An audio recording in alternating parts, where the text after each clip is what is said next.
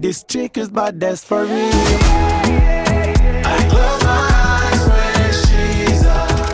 Ejo bundi nigeze kubabwira uburyo nibura kuririmba mu rundi rurimi rutari Kinyarwanda biduhereza amahirwe menshi cyane yo kuba ibihangano byacu byagira ku rwego international. Abantu mbona batangiye kunera imijugujugu barambwira ngo bishoboka bite ngo iyo turirimbye mu Kinyarwanda ndabagira ati gute birashoboka ariko mu gihugu nk'icyacu kidafite injyana yacyo kubera ko South Africa baririmba piano bakaririmba mu kizuru. It's okay, ntari bikubera ko ni injyana yabo gakondo, ntari ururimi rwose waririmba umunyamahanga yabyihanganira.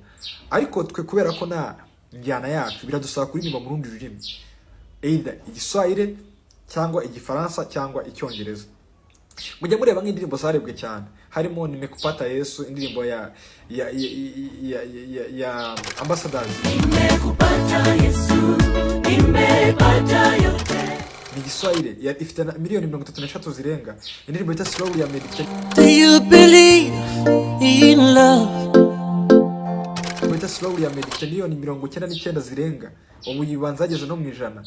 Nta kindi kintu cyatumye zino ndirimbo ni nasiri ya Israel Mbonyi, ni nasiri na Yesu yanifanya Dusma, My Vo, Katerina Bruce Melody, On Fire. Zino ndirimbo zarebwe cyane ku rubuga rwa YouTube mu Rwanda. Nta kindi kintu cyatumye zino ndirimbo zirebwa cyane nuko ziri mu rundi rurimi.